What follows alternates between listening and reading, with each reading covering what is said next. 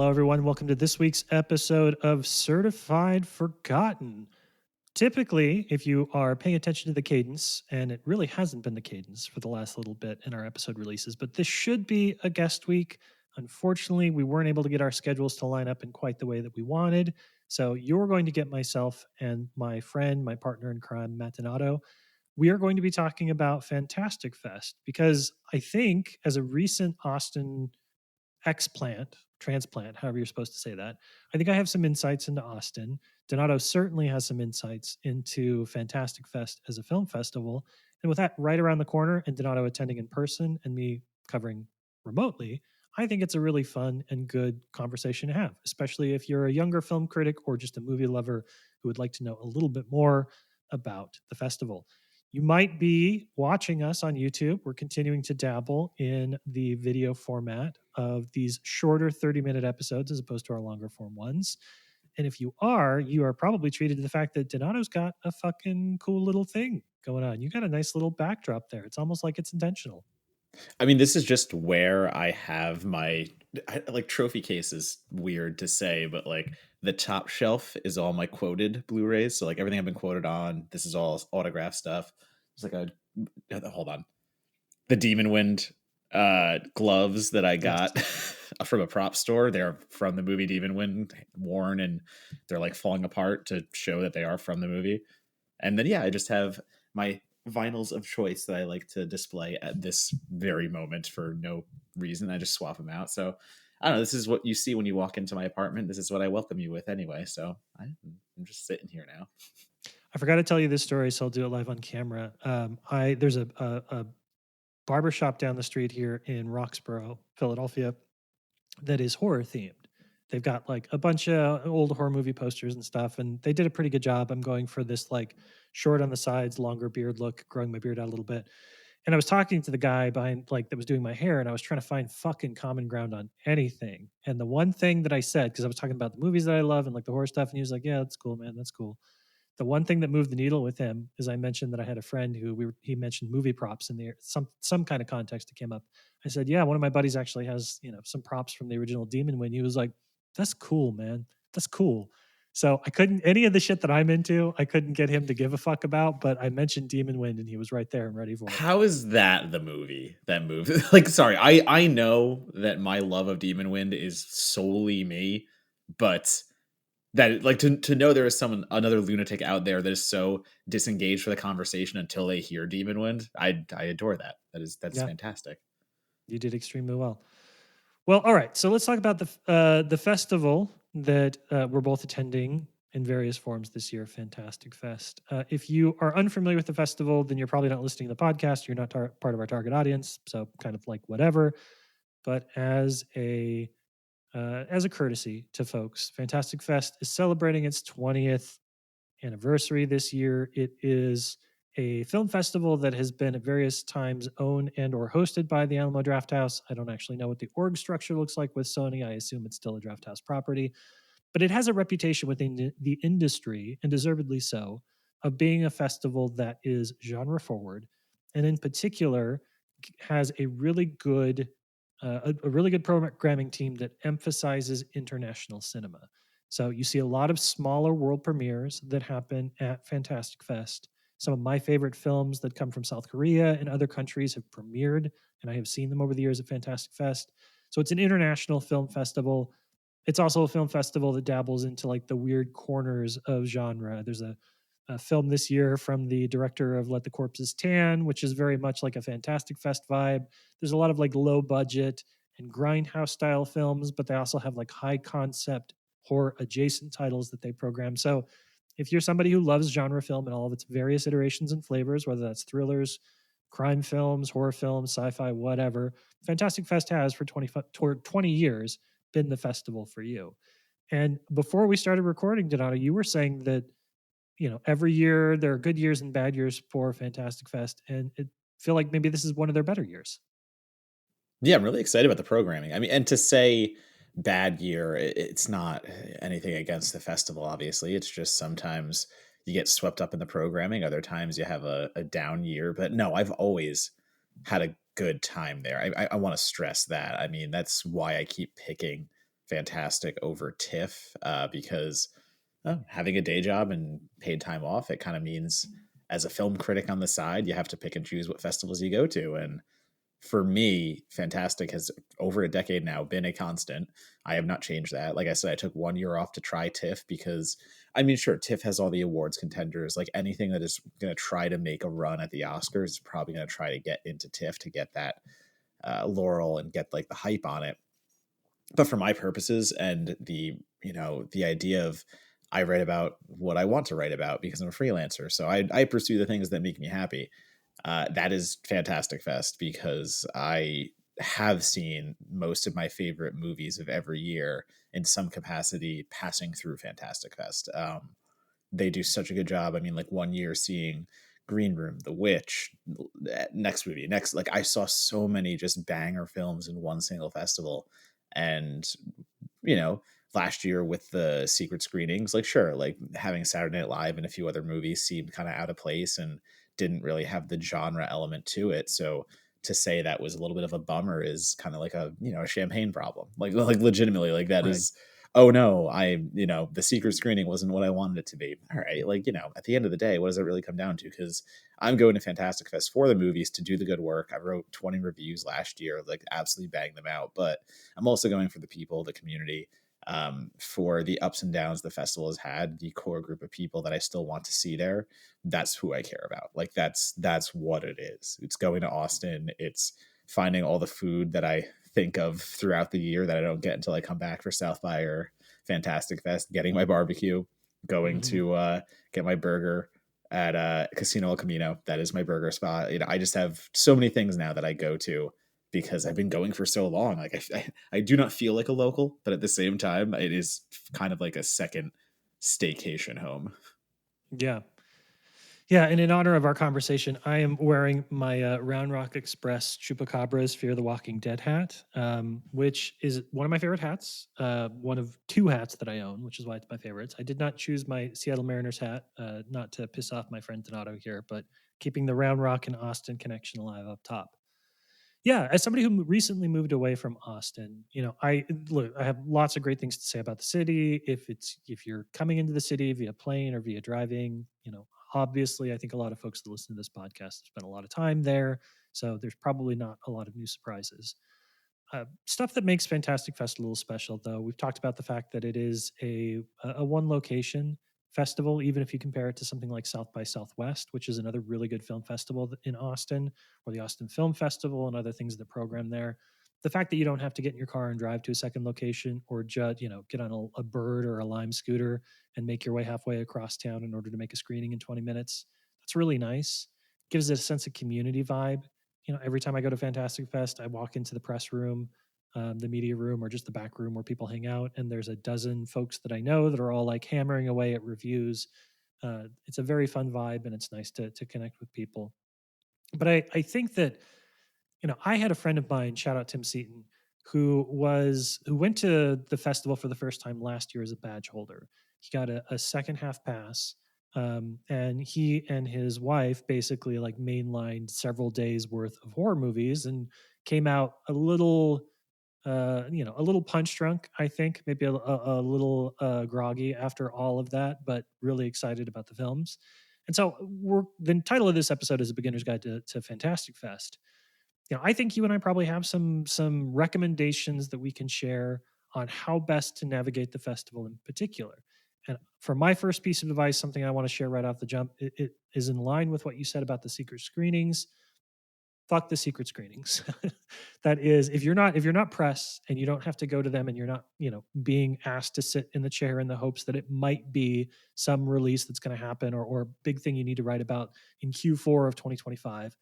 I tell everybody who goes to the festival, like, ignore them. They're all going to be in theaters anyways. They're big titles. They're big releases for the most part, especially over the last few years. The Draft House has leaned into some of its corporate partnerships.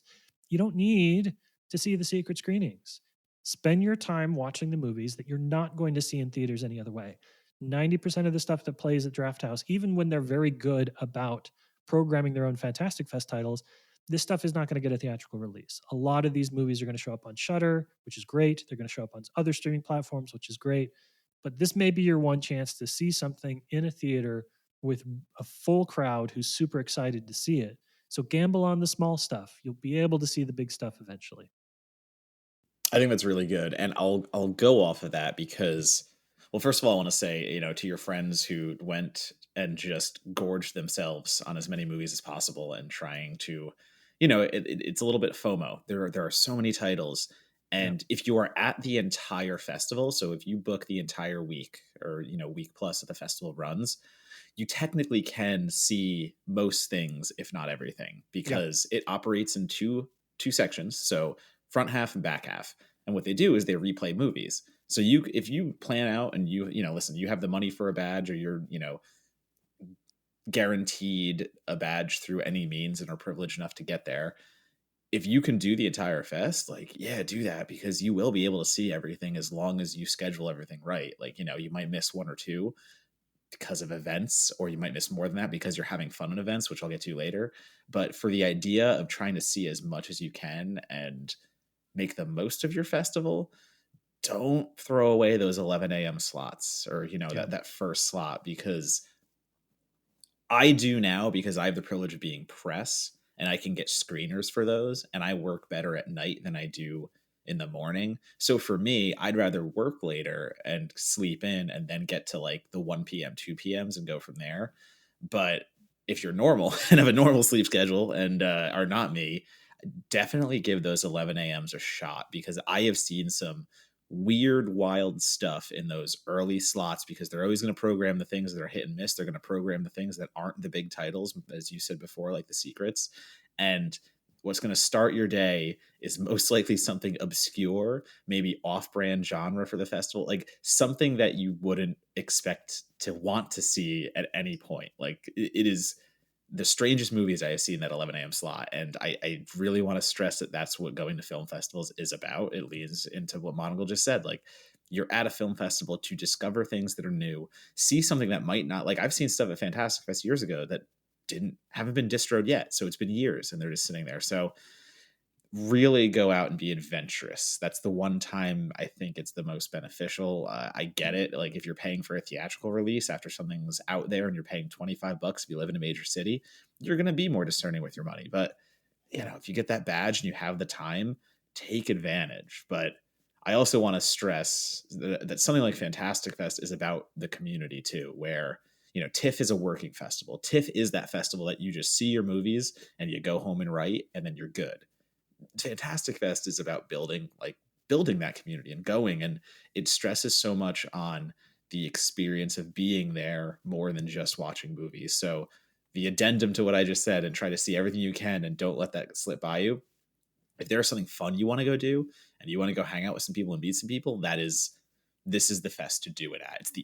I've met most of my friends in the industry through Fantastic Fest and no other festival. Like, there's just nothing like going to the South Lamar draft house and Monocle, like you said before. The festival takes place in one location. All the screens are there. The bar is there. You don't have to go anywhere. Maybe if you go Yeah. outside, there's some restaurants and other bars if you just need to change of pace. But I really do think that, or no, I actually think about how different my career would be. And I think of like all the friendships I have made in the industry, and, whether they're just people I text or roommates, like, it's all Fantastic Fest. Like, literally, that's what I have to thank for all this. Your co-podcast host right here. That's Fantastic Fest. I'm gonna do you one better. The 11 a.m. screenings are great. Go to the 11 a.m. screenings. If you are press, if you are attending as press in kind of one of your first years or something like that, keep a close eye on the press and industry screenings in the morning. Those get kind of a bum rap because a lot of folks want to go do the midnight movies, and they're going to crash out later on, and that's the Donato way, and there's absolutely nothing wrong with that. So you're not going to get up to go see the 8:30 screenings or whatever they might be. But there is going to be stuff that plays at P&I in the mornings that you won't be able to get into later in the day. Like, there are going to be movies that you can get a ticket if you're, talking to the Fonz team or whoever's handling the PR for a particular film.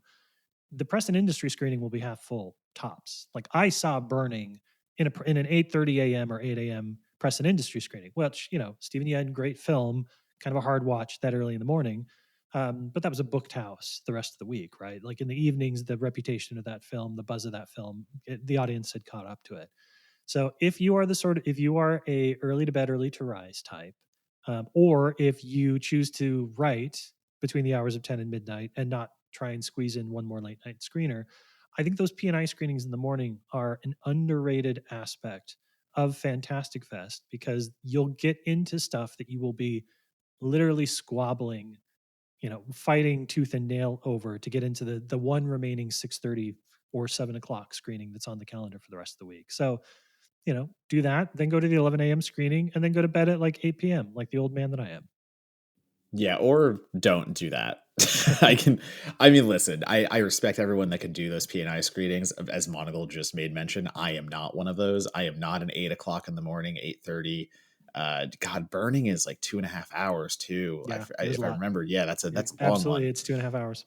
I can confirm the only press screening I have ever done at Fantastic Fest was John Wick. That was only reason was because I was promised an interview with Keanu Reeves and I wasn't passing that up. It was my one time. So that is my one press screening. But again, that's a press and industry benefit anyway. So if you're listening to this podcast and you're press and industry, like obviously that is for you. But I can't. I am so much of the I'm hitting the midnighter number one. And number Sure. two, if I'm not hitting the midnighter, I'm staying at the bar and like trying to just see people because it kind of feels like summer camp. I'm seeing all these people that have honestly recently people from LA are migrating over to Austin. That's the big move that's kind of happening. So got a bunch of buddies out there that I will just get to see. And yeah, I'll skip a midnighter here and there just so I can kind of make my fill with my social battery. But oh man, I'm jealous that you can do those early ones because I'm probably not waking up until 10, and then I'm probably writing till about 1, and then I'll head over to the draft house and just plop down. But so actually, general question for you, and Yes, sir. because everyone who writes and is a journalist and a film critic has different methods, let's say, to getting their work done. Are you able to get work done at the draft house, or do you have to leave to do your reviews? No, I can write in the media room. I am so I went through grad school basically obsessively listening to the Interstellar soundtrack. Like when I wrote my master's thesis, I sat in the library at Columbia and listened to the Interstellar soundtrack on loop for like 9 hours a day for like a week straight, just trying to like get through that thing. So I am very good at disassociating. I'm very, very good at like putting music on, and I have my soundtracks. I listen to like A Plague Tale, the video game soundtrack, which is excellent. I listen to the Hagazusa soundtrack almost relentlessly. I still listen to the Interstellar thing, but I found that if I'm in the media room, the press room, wherever that bounces over the years, as long as I'm a little bit removed from the action, and I have my noise canceling headphones on or my earbuds in, I can just I can clear the mechanism. If you remember your Kevin Costner Field of Dreams, I can get rid of all of that background noise, and I can work. Um, and part of that too, to my benefit or detriment, is that I am less of a social butterfly than you are. And so I have less people looking for me at a festival. There's lots of folks at Fantastic Fest that I will say hey to, that I'll sit next to and have nice conversations with. But there were never folks that were like trying to find me and then getting me to go get a drink or something in the moment once immediately when they found me. And I feel like that happens to you all the fucking time. The amount of times I have to, this is not like, I mean, I guess it is a brag in some way, and I'm not trying to make it be, but the amount of times I'll be like going into a movie and like Dave Lawson will just grab my shoulder and be like, "You're not going to that movie." I'm like, "Dude, I have to go do work." He's like, "No, come to the bar." And I'm like, "No, dude, I have to do the goddamn work." So like, I am good at setting my boundaries, but yes, you are right. That FOMO aspect is hard sometimes, and I think doing that kind of social interactivity and going out with your friends and using the festival time to be that, I think it is beneficial, in more than one way. I mean, number one, again, because I just want to see my friends, I want to do that stuff, but I've also made connections, and I don't want that to seem superficial, but at the same time, like I've made connections and industry connections Yeah. through doing just that. It's the idea of you have to put yourself in the room that you want to be in, basically. And I do. I put myself there and I talk to the people, and I am social enough where I can do that. And I understand it's not everyone's vibe, but I don't want to say that a film festival has to be all movies. I think a film festival can just be getting the right people in the right place. And if you have the time to spare and there's a movie like you said that, hey, maybe something's coming out a week later anyway. Like, what Yeah. if I just go see it then and I explore, even just exploring Austin for a little bit. It's going downtown. There's plenty of stuff in the area. Like my favorite tiki bar is right down the street from the Alamo Draft House. That's there. Loro, like there's so many good restaurants alone just in that little area. Gibson's, the bar across the street, really fun time just to go and hang out at. But Terry Black's, if you're got your barbecue fix, it's the closest one, but it's Hmm. not like, oh, I just have to go because it's closest. Like Terry Black's is one of my favorites. So there's just Jewboy so has a food much. truck that's Oh I my think god, relatively permanently set up right across the street. It's like the fucking best, the best, just the best. the sliders, legitimately. I go Hmm. to Gibson's. So for those who don't know, Jewboy Burgers, it has a trailer, a truck, I guess to say, at Gibson's bar, and you just walk it across the street. That is what I will say though. Don't burn yourself out on Alamo food, Yeah. because it gets so easy to do that. Because if you're at an Alamo Draft House for an entire festival, of course you're probably thinking like, oh well, I'm just going to do my meals in the movies. It's so easy, and keep it going, blah blah blah. But I do think you have to get out and eat something else because you'll start to go crazy. Like there is the unfortunately the Alamo menu now is a way restricted, and it's just not what it used to be. So the options are already more limited. And if you're eating it all the time, the same heavy high calorie foods might like start like weighing on you a little bit. So they used to have this wrap that I loved. It was just a goat cheese wrap with Yeah. chicken and stuff, and that could be my lunch, things of that nature. But it's kind of gone away. So it's like, oh, do you want a burger or chicken fingers? Like over and over again, or their pizzas. And the end of last Fantastic Fest, I was really feeling it. I was like, okay, I need something different. So I just started eating all around. I couldn't do Alamo food anymore, and that's the one thing where you can burn out real easy on it. So try to plan around it, I would say. And if you can, scoot out and get some other types of food. Also, it'll save you money because I hate to say it, but the draft house has gotten pretty expensive. Yeah. Yeah, it is. As you're scooting around, another piece of advice from me to you, from my heart, as an extremely sweaty guy, dress with circulation in mind, dress with temperature in mind. One of the downsides of being a single location venue is that most of the draft house for most of the people will be a lot of like standing out in front of the theater, waiting for them to show on the screen what theaters are seating, what films are seating. And depending on the year, that can mean that you're going to spend big chunks of time standing around in like 95-degree weather in a crush of people that feels like it doubles the temperature there. So with like the first year that I went to Fantastic Fest, I was like, I'm going to dress, I like button downs. I like slacks, kind of a business casual kind of guy. Not now, obviously, but just sort of in general. And I learned the hard way very, very quickly. You can't dress like that at Fantastic Fest. It's all about mesh. It's all about breathability. It's all about deodorant. It's all about preparing yourself for being in a really hot and sweaty and people dense environment. So take whatever necessary precautions you need to in order to feel your most comfortable.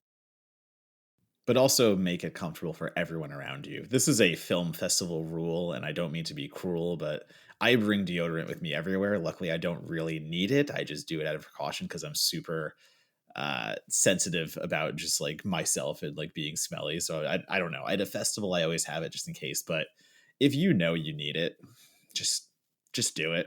Like everyone's gonna be real thankful because we're all stuck in the Alamo and we're all sitting in movies all day, and sometimes you don't have a choice who you sit next to. So I just a little like courtesy, just a little courtesy. Don't be afraid of it. And listen, the first time I went to Austin, I was coming from New York City, and my dumbass didn't look at the weather or anything. It was my first time going, first time everything.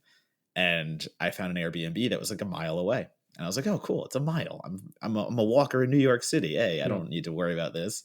So I brought my jeans. I brought my button downs. I did exactly what you're talking about. And I remember getting to the Alamo the very first day, and I'd sweat through my shirt, like my entire shirt. And at that point, I didn't bring an extra because I was just like, oh, it'll be fine. No big deal. I got there. I was dying. Never again. Literally the Making a next day, mistake. I came with two shirts. It was a error on my part that I very much did not do my research for. So yeah, definitely look ahead because I think either last year or 2 years ago, it was the end of September and it was consistently like 100 degrees outside at like 2 in the morning. We're not even talking like sundown. Even we're talking like 2 in the morning when you think it has cooled off a little bit. And I remember just talking to Cargill with like sweat just dripping down my back, and I'm just like, we are standing still outside, and I'm already I've sweat through this shirt. What is Yep. happening? Also, shout out to you for the number of names you've managed to drop and counting. That's smooth, friend. I like that. You're two, Two. yeah, What do you yeah, mean? but It's you're getting two. there. We got about 5 more minutes left. Really quickly, 1 to 3. What are some films at this particular Fantastic Fest 2025 edition that stand out for you that you're going to make time for when you're in the city? I mean, it's a hard, like, 3 is so restricting almost. So I will just say off the bat, I'm Deathgasm 2. I mean, the Yeah. fact that we're getting that premiere, I am so excited on. I'm trying to remember if I saw Deathgasm as part of Fantastic Fest or South by. I know I saw it in Austin. I know it was great.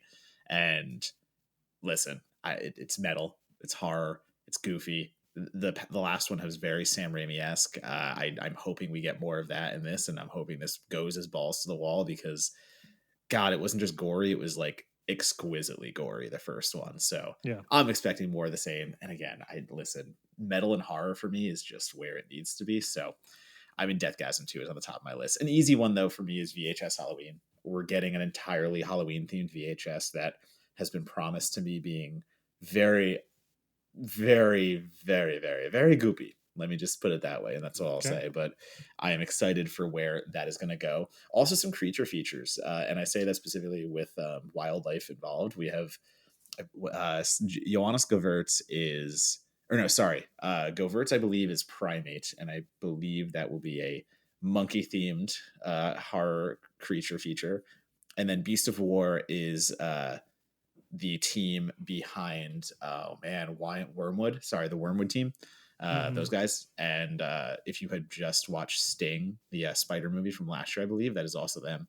But yeah, it's that team, and they're gonna give us a World War II capsized boat shark movie that I am like, listen, it already looks good. And you know me with shark movies, I love watching an indie shark movie, but 80% of them don't do the shark justice. And what I've seen so far from Beast of War is what I want to see. So you're there. But then also, like, it's the Psycho Gorman guys, Kazansky specifically, is doing Deathstalker. So we're going to have Deathstalker there, and it's going to be crazy practical, crazy everything. And we're talking the guy behind Psycho Gorman. How is it not going to be? So I'm Yeah. just, there's a lot. Bertino's Vicious. That movie's been sitting around forever, and no one knew what was going to do with it. So almost a little bit of a Toxic Avenger effect there, where out of nowhere that's showing. So hop on that, like I don't know why it's been sitting around. I am curious to find out. I'm not going to say that's always a great thing, but the fact that it's getting the Fantastic Fest premiere, I hope it's in the shape it wants to be out there. There's a lot of good stuff that's getting its world premiere, its national premiere, its state premiere at Fantastic Fest. But one title I will throw out for you, probably one of the things I'm most bummed to be missing this year, is a certified forgotten favorite. Before the Fall by F. Javier Gutierrez is playing. And this is the second between this and Fantasia. There are 2 titles that we've covered, Nor I the Curse and Before the Fall, on this podcast that are now playing as repertory screenings at the film festivals, which is pretty cool. Makes me feel like we're kind of, the goals that we've set for ourselves here in helping identify the next generation of films that are going to be part of whatever new canon, like that's happening because the stuff that we flagged is like good movies of worthy of consideration. Shout out Becky Sayers, who brought this one to us in 2021. That's a great film. It's an apocalyptic film, not post-apocalyptic, an apocalyptic film. It's about a serial killer or a killer and a family and resiliency and fatalism, and it's awesome. And I wish I could have seen it on the big screen. And I hope that you get a chance to see it on the big screen if you go. So another last ninth, 13th hour Fantastic Fest recommendation: don't sleep on the repertory screenings. You will be bummed if you do. That's it. That's our episode. Donato, how do folks connect with you and the 20 plus reviews you're going to be writing at the festival this year? Hopefully I'm not doing that many, if I'm being honest. I want to have some fun this year. I had fun last year, but 20 is a lot, and it really did do a number. But you can find however many reviews I write out of Fantastic Fest, and also Brooklyn Horror, and also Beyond Fest, and also everything else that I do this fucking Halloween season at Donato Bomb, DonatoBomb as always. And that's going to be Blue Sky, Instagram, Letterboxd, and TikTok. So give a follow. I am going to post everything on the socials. And yeah, the writing doesn't stop. We got Halloween Horror Nights next week. We've got Delusion out here in LA. I've got so much that Elvira is taking over the LA Haunted Hayride. So it's a big spooky season coming up. Right around the corner.